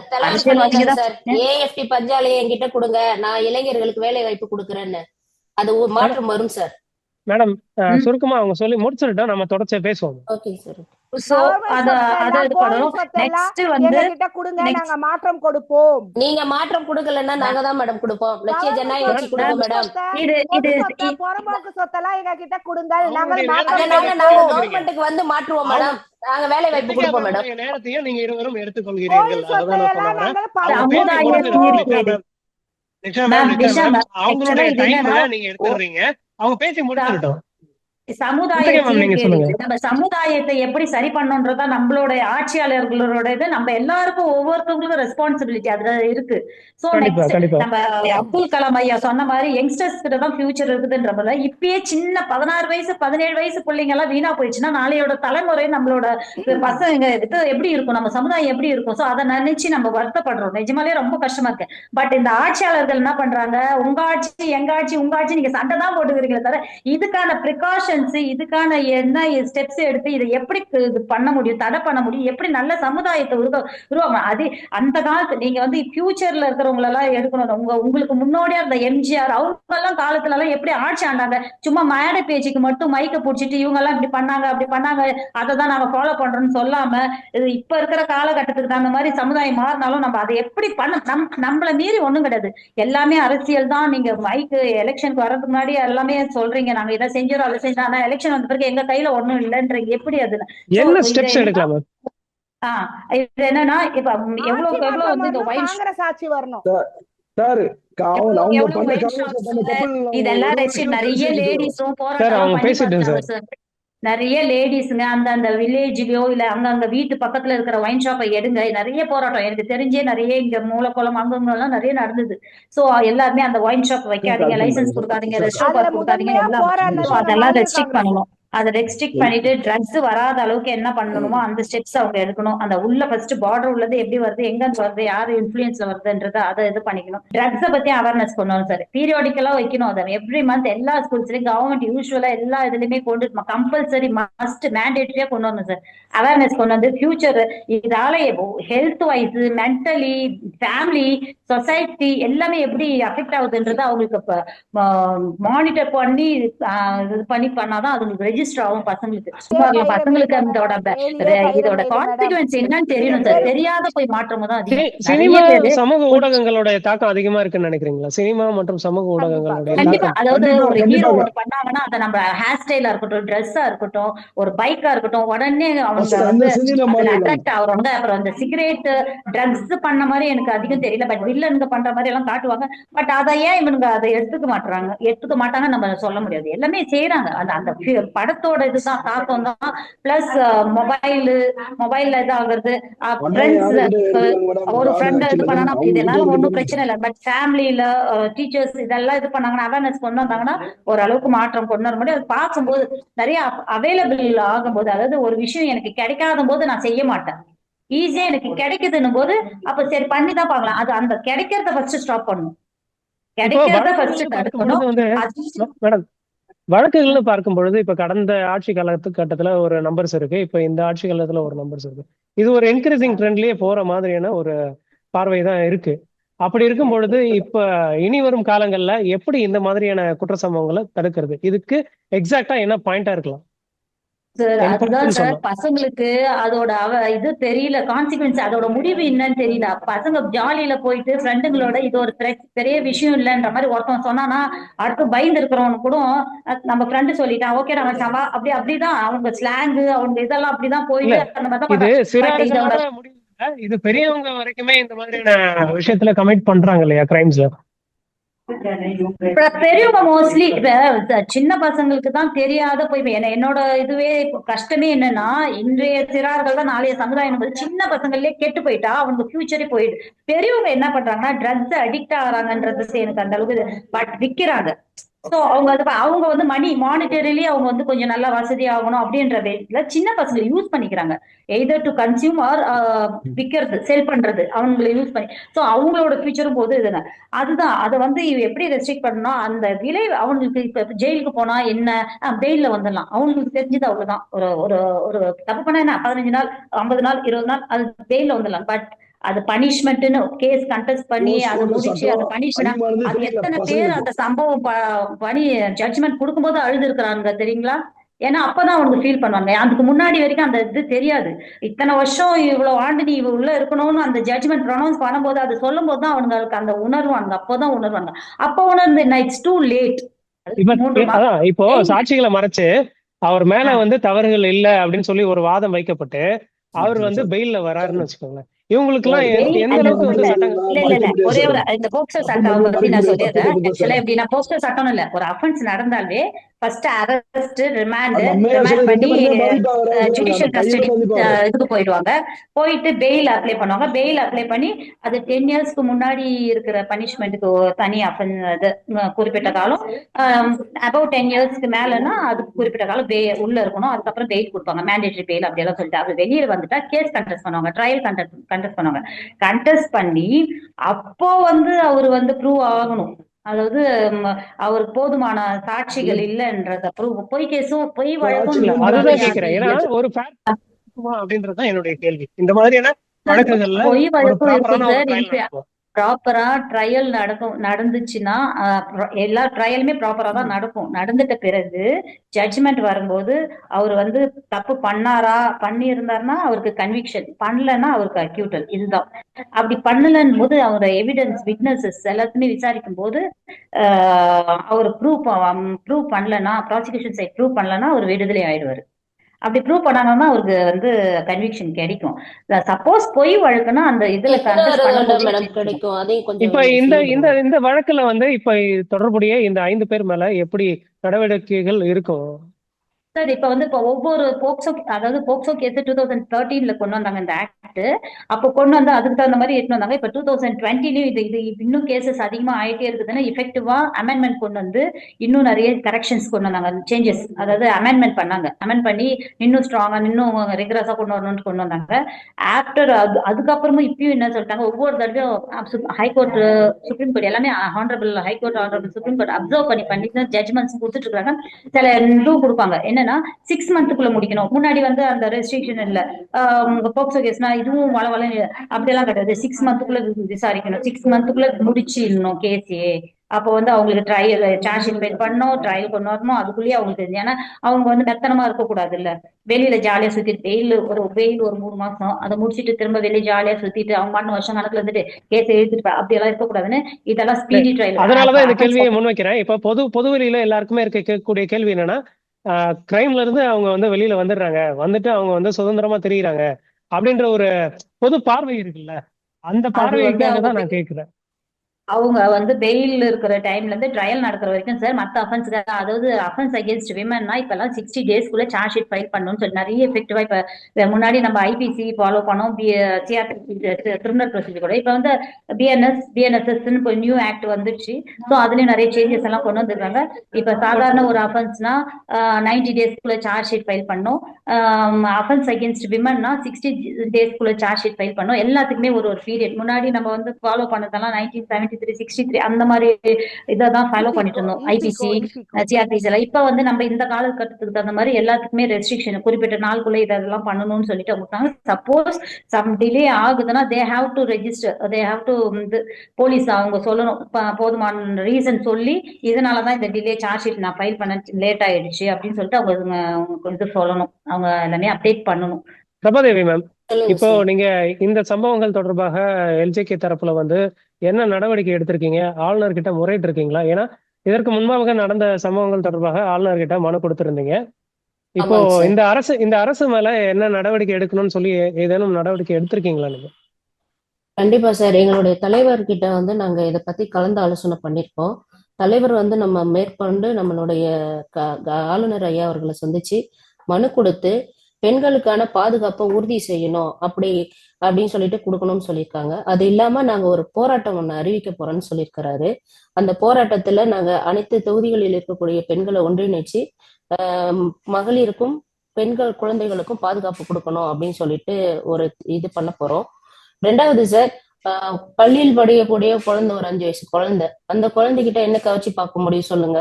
அந்த குழந்தையும் பாதிக்கப்படுது, கல்லூரியில இருக்க குழந்தையும் பாதிக்கப்படுது, பணிபுரிய எடுக்கக்கூடிய இடத்துலயும் குழந்தைகள் பாதிக்கப்படுது. இதுக்கு முக்கியமான காரணம் என்ன அப்படின்னா, உளவியல் ரீதியா இன்னைக்கு இருக்கக்கூடிய அனைவருமே பாதிக்கப்பட்டிருக்கிறாங்க. இந்த அரசு முன் வந்து ஒவ்வொரு துறையில இருக்கக்கூடியவர்களுக்கு முன்னாடி எல்லாம் அந்த பயிற்சி எல்லாம் வழங்குவாங்க. குழந்தைகள்ட்ட எப்படி அழுகணும், பெரியவங்க கிட்ட எப்படி இது பண்ணணும்னு சொல்லிட்டு ஒவ்வொரு துறை சார்ந்த அதிகாரிகளுக்கும் சரி, ஊழியர்களுக்கும் சரி, பொதுமக்களுக்கும் இந்த அரசு வந்து ஒரு விழிப்புணர்வை ஏற்படுத்தணும் சார். அது இல்லாம இவங்க செய்யக்கூடிய ஒவ்வொரு குற்ற செயல்களும் மாணவர்களா இருந்தாலும் சரி, பெரிய ஆட்களா இருந்தாலும் சரி, அவங்களுக்கு வழங்கக்கூடிய தண்டனைகளை பத்தி அவங்க முதல்ல தெரிஞ்சுக்கணும். முதல் தண்டனை வந்து 2 வருடத்துல இருந்து 5 வருடம் கொடுக்குறாங்க. குற்றம் நிரூபிக்கப்பட்டால் 20 வருடம் கொடுக்குறாங்க. அதே குற்றம் வந்து சிவியரா இருக்கும்போது மரண தண்டனை வரைக்கும் கொடுக்குறாங்க. அது வந்து இந்த விழிப்புணர்வு இல்லாததுனால இந்த மாதிரியான சம்பவங்கள் நடக்குதா, இல்ல இப்ப சொல்ற மாதிரி எல்லாரும் இந்த ஸ்மார்ட் போன் யூஸ் பண்றாங்க, ஒரு இயந்திரமான ஒரு வாழ்க்கையை நோக்கி நகர்றதுனால இந்த மாதிரியான சம்பவங்கள் நிகழ்தான்னு சொல்லிட்டு அரசு ஒரு ஒரு குழுவை உருவாக்கி மகளிருக்காகவும் பெண்களுக்காகவும் இந்த மாதிரியான நிகழ்வுகள் இதுக்கு அப்புறம் நடக்கக்கூடாதுன்னு சொல்லிட்டு ஒரு குழு உருவாக்கி, குழந்தைகள் மேம்பாட்டு கழகம், மகளிர் மேம்பாட்டு கழகம் மேடம் அது செயல்படல. அததான் சொல்றேன், அத நீங்க புதுசா உருவாக்கணும். ஏற்கனவே இருக்கு, இருக்கிற விஷயத்தை பத்தி நீங்க பேசல மேடம். திரும்பவும் ஒரு குழு உருவாக்கணும். அது இயங்கலையே, அது யார் தப்பு? பிஜேபி அரசு. மேடம், நான் இப்ப சொல்லக்கூடிய விஷயங்கள் வந்து குழந்தைகள் பெண்கள் மட்டும் கிடையாது மேடம், ஒவ்வொரு துறையில இருக்கக்கூடியவர்களுக்கான பாதுகாப்பையும் உறுதி செய்யணும்னு சொல்றேன் மேடம். அதுதான் மேடம், அதுல ஆண்களும் பாதிக்கப்படுறாங்க மேடம், பெண்கள் மட்டும் பாதிக்கப்படல. அதுக்கு பேரு ஸ்குவாஷ் கமிட்டி. ஒரு ஆண் குழந்தைகளும் பாதிக்கப்படுறாங்க, பெண் குழந்தைகளும் பாதிக்கப்படுறாங்க. மேடம் நான் நீங்க சொல்றது கரெக்ட், உங்களுடைய பதிவை நான் அக்செப்ட் பண்றேன். நான் என்ன சொல்றேன்னா, ஒவ்வொரு இடத்திலும் பெண்கள் வேலை பார்க்கிறாங்க இல்லைங்களா, அந்த வேலை பார்க்கக்கூடிய பெண்களுடைய பாதுகாப்பை உறுதிப்படுத்துவதற்காக கலெக்டருக்கு கீழே, மாவட்ட ஆட்சியருக்கு கீழே செயல்படக்கூடிய ஸ்குவாஷ் கமிட்டி செயல்படுதா? இந்த என்ஆர் பிஜேபி அரசுல அது செயல்படுதா? மேடம் அது செயல்படலன்னு நாங்க போன டைமே பேசிட்டோம் மேடம். எங்களுடைய கருத்து அதுதான். அவங்க அம்மையா சொல்றது பிரபாதி மேடம் சொல்றது கேள் வாங்குங்க சார். எப்பவுமே ஒரு நிமிஷம் சார், ஒரு நிமிஷம் சார். புதுவை மகளிர் ஆணையத்துல தலைவர் பதவி இன்னும் ஃபில் பண்ணப்படல சார். பிஜேபி வந்து மேடம் நான் சொல்ல வர விஷயங்கள் மேடம், நீங்க சொல்றது வந்து நான் சொல்ல வர விஷயம் என்ன தெரியுங்களா, உளவியல் ரீதியான மாற்றங்கள் என்ன சமுதாயத்தில் நிகழுது அப்படின்றத கணக்கெடுக்க சொல்ற, எடுத்துட்டு அதுக்கப்புறம் மக்களுக்கு என்ன செய்யணும்ன்றது இந்த அரசு முடிவு பண்ணணும் சார். இன்னைக்கு பாத்தீங்கன்னா குற்ற சம்பவங்கள் வந்து அதிகரிச்சுட்டே இருக்குதே தவிர குறைந்த பாடில்லை. அதுக்கான மாற்றங்களை உருவாக்கணும் அப்படின்னா ஒண்ணு ஆட்சி மாற்றம் வரணும், அப்படி இல்லை அப்படின்ற பட்சத்துல இவங்க ஆட்சி மாற்றத்தை கரெக்டா இருக்கும். மேடம் இருங்க மேடம், காங்கிரஸ் ஆட்சிக்கும் அதாவது ஆளும் என்ஆர் காங்கிரஸ் அரசிற்கும் கூட்டணி அரசிற்கும் காங்கிரஸ் அரசிற்கும் மாற்றாக ஒரு அரசியல் வருகிறது என்றால் லட்சிய ஜனநாயக கட்சி மட்டும்தான் மேடம் வரும். அது ஒரு புதுச்சேரியில ஒரு புதிய மாற்றத்தை உருவாக்கும். நாளைய சரித்திர தலைவரா எங்களது லட்சிய ஜனநாயக கட்சியின் தலைவர் ஜோஸ் சால்வஸ் மார்டின் அவர்கள் இருப்பார். சுய லாபத்தை லட்சியமாக கொண்டு வரக்கூடிய ஒரு ஆட்சி புதுச்சேரிக்கு வேண்டாம். நிஷா மேம் உங்களுடைய பார்வையை நீங்க இறுதி கருத்தா சொல்லுங்க. ஒரு நிமிஷம் அவர்கிட்ட கேட்டுடுறேன் சார். சார் சொல்லுங்க சார். சார் இப்ப இவ்வளவு தூரம் பேசிக்கிட்டு இருக்காங்க, இங்க இருக்கக்கூடிய செயல்பாடுகளை பத்தி பேசுறாங்க. இப்ப இந்த அரசு என்ன நடவடிக்கை எடுக்க போகுது? இன்னும் கொஞ்ச காலகட்டம் தான் இருக்கு தேர்தலுக்கு. இல்ல சார், ஒரு விஷயம் சார், வக்கீல் சொன்னாங்க ஒரு விஷயத்த, ஆண் பிள்ளையும் பாதிக்காது பெண் பிள்ளையும் பாதிக்காது. தப்பு தான், அது மறைக்க முடியாது. கண்டிப்பாக எங்க அரசு வந்து பல நடவடிக்கை எடுக்குது. கஞ்சால வந்து மதுபான நடவடிக்கை எல்லா இடத்துக்கும் வந்து இப்பதான் வந்து சில காங்கிரஸ் வந்து அடிமட்ட பயம் ஏற்பட்டு உள்ளது. ஆர்எஸ்எஸ்ல ஆண்களுக்கே பாதுகாப்பு இல்லை.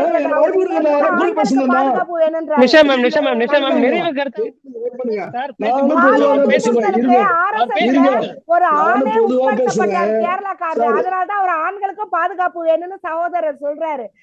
எந்திரிக்கக்கூடிய நாட்கள்ல இந்த ஆட்சி எந்த அளவுக்கு நடவடிக்கைகளை எடுக்க போகுது? என்ஆர் பாஜக கூட்டணி அரசு இந்த மாதிரியான குற்றங்களுக்கு எதிராக என்ன நடவடிக்கை எடுக்க போறீங்க? சார் எங்க ஆட்சியில நடவடிக்கை எடுக்க பல கன்னியாகுமரிகள் கைது நடவடிக்கை நிறைய ஆகிடுது. மதுபானம் வந்து கண்ட்ரோல் பண்ணி வராங்க. காங்கிரஸ் ஆட்சி பண்ண மதுபானம் பாருங்க, விடிய இன்னைக்கு மதுபானம் 10 மணிக்கு ஷார்ப்பா சந்திடுறாங்க. எங்களுக்கு கண்டிப்பாக உரிமையாக இந்திய கூட்டணியில தான் இருக்குது. ஒரு நாள் பிஜேபி முழுமையா வந்ததுன்னா புதுச்சேரியில கண்டிப்பாக நானே இங்க நாங்க பரிந்துரை இல்லை, எல்லாரும் எங்க பிஜேபி வந்து கை கட்டி வெடி பார்க்காதுங்க. கண்டிப்பாக டாவடு கையில அதுதான் சார் கை கட்டி வேடிக்கை பார்த்து கொண்டு இருக்குன்னு சொல்றாங்க.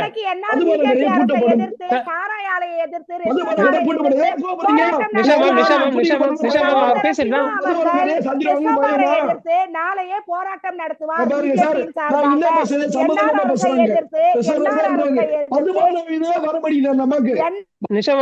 அவர் முடிச்சுட்டு அவருக்கு வாய்ப்பு கொடுங்க, உங்களுடைய வாய்ப்புல பேசுங்க.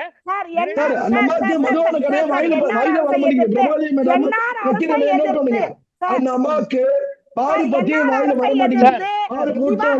வர மாட்டேங்குது. காப்பாத்துறாங்க, அவங்க அரசியல்வாதிகளை காப்பாத்துறாங்க. நிஷா மேம் உங்களுடைய நிறைவு கருத்தை பதிவு செய்யுங்க. எங்களுடைய மகளிர் காங்கிரஸ் மற்றும் காங்கிரஸ் ஒவ்வொரு பெண்களுக்கும் எந்த இடத்தில் பாதிப்பு ஏற்பட்டாலும் அங்க முதல் குரலா நாங்க நிக்கிறோம். போதை கலாச்சாரத்தை ஒழிக்கணும்னு நாங்க சொல்றோம். நாங்க வந்து பாத்தீங்கன்னா இந்த கஞ்சா கலாச்சாரத்தையும் ரெஸ்டோபார் கலாச்சாரத்தையும் ஒழிக்கணும்னு பல கட்ட போராட்டங்களை நாங்க முன்னிறுத்தி இருக்கோம். ரெஸ்டோபார்களினுடைய எண்ணிக்கையை குறைங்க, ரெஸ்ட்ரிக்ஷனை மீறி வச்சிருக்கக்கூடிய ரெஸ்டோபார்களை வந்து லைசன்ஸை கேன்சல் பண்ணுங்கன்னு நாங்க சனிக்கிழமை கூட போராட்டம் இடைவிடாத உண்ணாவிரத போராட்டம் மேற்கொண்டோம். போலீஸ்காரங்க வந்து எங்களை வந்து கலைச்சாங்க. அது மட்டும் இல்லாம வந்து புதுசா அப்ரூவ்டு கொடுக்கக்கூடிய 199 பார்களும் வரக்கூடாதுன்றோம். இது வந்து யார் ஆட்சியில இருக்கான்னு பாத்தீங்கன்னா என்ஆர் பிஜேபி அரசுல தான் இருக்கு. இந்த என்ஆர் பிஜேபி அரசுடைய கூட்டாட்சி இந்த தந்திரங்களை மேற்கொண்டு மக்களுக்கு வந்து நல்லது செய்யல. அரசியல் பார்கள் பண்ணாதீங்க வரக்கூடாது. மேடம். நீங்க பண்ண தப்பு எல்லாம் சரி பார்கள் செய்யுங்க. வந்து சார் புதுசா வந்த விஷயத்த சொல்லிட்டு இருக்கேன் சார் நானு. இந்த கஞ்சா கலாச்சாரத்துக்கு வந்து கஞ்சாவை ஊடுருவ செஞ்சு தொட்டிய வந்து ஆட்டி விட்டுக்கிட்டு புள்ளையையும் கிள்ளி விட்டுக்கிட்டு இரட்டை வேடம் போடும் இந்த என்ஆர் பிஜேபி அரசு இரட்டை இன்ஜின் அப்படின்னு சொன்னாங்க. அரசியல் பண்ணாத என்ஆர் பிஜேபி அரசு சொல்ல குத்தம் சொல்லாதீங்க. காங்கிரஸ் உங்க ஆட்சியில பண்ண தப்பு நீங்க சரி செய்து வரும். நிஷா மேம் சுருக்கமா முடிச்சிடலாம். அவங்க அரசியல் பண்ண சொல்லுங்க சார். அவங்களுடைய நிறைவு கருத்தை பதிவு வந்து இரட்டை இன்ஜின் ஆட்சின்னு சொன்னாங்க. இந்த இரட்டை இன்ஜின் ஆட்சி 2 பக்கங்கள் பிச்சுட்டு போயிட்டே இருக்கு. எதிரெதிர் திசையில பிச்சுட்டு போயிட்டே இருக்கு. வளர்ச்சி பாதையை நோக்கி போல மக்களை வந்து சீரழிக்கக்கூடிய கஞ்சா கலாச்சாரத்திலையும் குடி கலாச்சாரத்திலையும் ரெஸ்டோபார் கலாச்சாரத்திலயும் இருக்காங்க. இரட்டை ஆடைகள் அணிந்து கொண்டு உள்ளாடைகளை அணிந்து கொண்டு மக்கள் வந்து வெளி மாநிலத்திலிருந்து மக்கள் வந்து உலா வரக்கூடிய பெண்கள் உலா வரக்கூடிய அசிங்கமான காட்சிகள் தான் இங்க வந்து புதுச்சேரியில வந்து அரங்கேறிட்டு இருக்கு. இதற்கு முக்கிய காரணம் என்னன்னா ரெஸ்டோபார்ல தான் இந்த மாதிரி நிகழ்வுகளும் நடந்துட்டு இருக்கு. இதனால் வந்து கஞ்சா கலாச்சாரம் அதிகமாறதுனால கொலைகள் வந்து அதிகமாகுது. அப்ப அவர்களுடைய மூளைகள் பாதிக்கப்படுது. சிறுவர்களும் அதை வந்து உட்கொள்றதுனால அவர்களுடைய மூளைகள் பாதிக்கப்பட்டு அவர்கள் செயல் இழந்து போய் என்ன செய்யறோங்கிறதே தெரியாம பல தவறுகளை செஞ்சிடறாங்க. பிற்காலத்துல அவர்களுடைய வாழ்க்கை பாதிக்கப்பட்டு அவர்களுடைய வாழ்க்கையை கேள்விக்குறியா ஆக்கப்பட்டு அவர்களுடைய இதற்கு முக்கிய கலாச்சாரம் அதிகமா 8 திசைகளில் இருந்தும் பல திசைகளில் இருந்தும் வரக்கூடிய இது புழங்கக்கூடிய இந்த கஞ்சா கலாச்சாரம்ங்கிறத நாங்க இது பண்றோம். இந்த கஞ்சா எதுல இருந்து வருது, யார் மூலியமா வருது, இதை யாரு உள்ளுக்கு கொண்டு வராங்கிறத யாரு கவனிக்கணும்னா பாத்தீங்கன்னா என்ஆர் பிஜேபி அரசு பதவி விலக வேண்டும் அப்படின்னு சொல்றேன். இன்னொரு விஷயம், மக்கள் எல்லாத்தையும் பார்த்துட்டு இருக்காங்க, உணர்ந்துட்டு இருக்காங்க.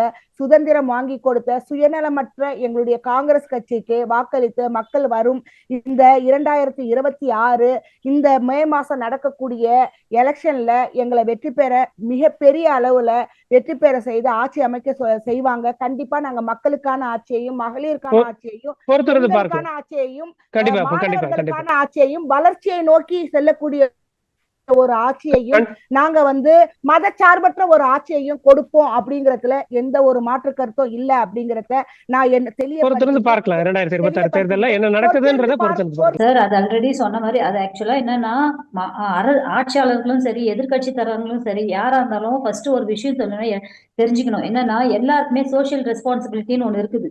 நம்ம சமுதாயம் சீரழிஞ்சிச்சுன்னா நம்ம வந்து சுயநலமா இன்னைக்கு வாழக்கூடாது. மத்தவங்க எக்கேடு கேட்டா ஆனா நமக்கு என்ன, அதுவும் முக்கியமா அந்த பொறுப்பு வந்து ஆட்சியாளர்கிட்ட எல்லாருக்குமே இருக்கு. அதை வந்து மாத்தி ஒருத்தவங்க குறை சொல்லிக்கிட்டு இப்படியே போயிட்டு இருந்தா குறைதான் சொல்லிட்டு இருப்பாங்களே தவிர இதை நிவர்த்தி செய்யறதுக்கோ இதுக்கான சொல்யூஷனோ எதுவுமே கிடைக்காது. அவங்களுக்கு என்ன அவங்களுக்கு என்ன யாரோ ஒரு குடும்பத்துல நடக்கிறத ஒரு செய்தி நம்ம குடும்பத்துல நடந்தாதான் அது சம்பவம். சோ அதை வந்து நம்ம இப்போ ஒரு ஆட்சியாளரை நம்பி இவ்வளவு எல்லாருமே வாக்களிக்கிறாங்கன்னா எதனால இவங்க பிற்காலத்தில் ஃபியூச்சர்ல வந்து நல்ல சொசைட்டிக்கு உருவாக்குவாங்க, நம்ம நல்லா ஆட்சி பண்ணுவாங்க அப்படின்ற நம்பிக்கையில தான். அப்படி இருக்கிற பட்சத்துல இந்த மாதிரி எல்லாம் நடக்கும்போது மக்களுக்கு நம்பிக்கை இல்லாத போயிடுது. அப்ப மக்கள் சீரழிஞ்சு போயிடுறாங்க. அவங்க நல்லா இருந்தாதான் நம்ம எல்லாம் நல்லா இருக்க முடியும்ன்றதை அவங்க உணரணும். ஆட்சியாளர்கள்லாம் உணர்ந்து அந்த எலெக்ஷன் டைம்ல மட்டும் போகாம அவங்களோட சோசியல் ரெஸ்பான்சிபிலிட்டி உணர்ந்து மக்களுக்கான நல்லது எதுவோ அதெல்லாம் செய்யறதுக்கு முற்படணும். ஆட்சியாளர்கிட்ட அதிகாரம் இருக்கும்போது அவங்க கண்டிப்பா கொண்டுட்டு வரலாம். மக்கள் எவ்வளவுதான் கத்தி பேசினாலும் போனாலும் என்ன செய்ய முடியும்? அடுத்த நாள் அவங்க வேலைக்கு அவங்க பொழுப்புக்கு தான் ஓட முடியும். இந்த சம்பவத்தை இதுவே கடைசி சம்பவமா கருத்தில் கொண்டு ஆட்சியாளர்கள் இதனால என்ன அவங்க ஸ்டெப்ஸ் எடுக்க முடியும், அவங்களால பண்ண முடியுமோ பார்த்து அதை செஞ்சு மேக்சிமம் இதுக்கப்புறம் இந்த மாதிரி ஒரு விஷயம் நடக்காத அளவுக்கு ஆட்சியாளர்கள் நடவடிக்கை எடுக்கணுமா கேட்டுருங்க. அது வந்து ஆட்சியாளர்கிட்ட கருத்து சார் கடைசியா சுருக்கமா எல்லாரும் சொல்றாங்க சார் அவர் வெளியூர்ல இருந்து வந்திருக்கிறாரு, எங்கள் தலைவரை வந்து விமர்சனம் பண்றாங்க. அவர் வந்து வெளியூருக்காரு, இங்க வந்து சம்பாதிக்க வந்திருக்காரு அப்படின்னு சொல்லிட்டு. யாதும் ஊரே யாவரும் கேளீர்னு ஒரு பழமொழி இருக்கு, நம்ம எல்லாருக்கும் தெரியும். அவருமே ஒரு கருத்தை சொல்லியிருக்காரு. சே குவேரா வந்து எப்படி வந்தாரு, அர்ஜென்டினால இருந்து அவர் வந்து கியூபாக்கு வந்ததா அவர் சொல்லியிருந்தாரு. நம்ம பார்த்திருப்போம். அது மாதிரி புதுச்சேரி மக்களை தன்னுடைய குடும்பமா நினைச்சு இங்க வந்து அவரு மக்களுக்கான சேவைகளை செய்யதான் வந்திருக்காரே தவிர அவர் தன்னுடைய சுயநல லாபத்துக்காக இங்க வரல. சம்பாதிக்க வேண்டிய அவசியமும் இங்க இல்ல.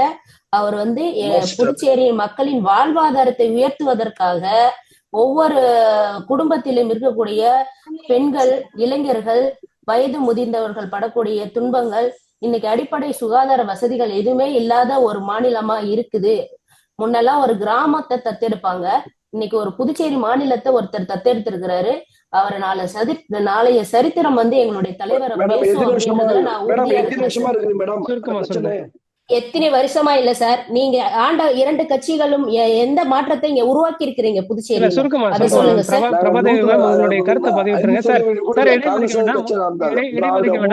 இல்ல சார், எந்த மாற்றமும் வரல சார். காங்கிரஸ் ஆட்சியா இருந்தாலும் சரி, ஆளக்கூடிய என்ஆர் காங்கிரஸ் கூட்டணி ஆட்சியா இருந்தாலும் சரி, மக்களுக்கான எந்த ஒரு மாற்றத்தையும் எங்களுடைய ஆட்சி மாற்றம் வரும்போது நாங்கள் ஏற்படுத்துவோம். 2026ல ஒரு மாற்றத்தை நீங்க பார்க்க போறீங்க சார். ஆட்சியில தான் வந்து இந்திரா காந்தி மருத்துவமனை வந்தது, ராஜீவ் காந்தி மருத்துவமனை வந்தது. எங்கள் ஆட்சியில தான் எல்லாருமே எல்லா திட்டங்களுமே வந்தது. மக்களுடைய வாழ்வாதாரத்தில் மாற்றம் வரலையே மேடம். இத்துடன் இந்த நிகழ்ச்சியை நிறைவு செய்கிறேன். கருத்துக்களை பகிர்ந்து கொண்ட விருந்தினர்கள் அனைவருக்கும் நன்றி. மீண்டும் மற்றொரு நிகழ்ச்சியில் சந்திக்கலாம். நன்றி, வணக்கம்.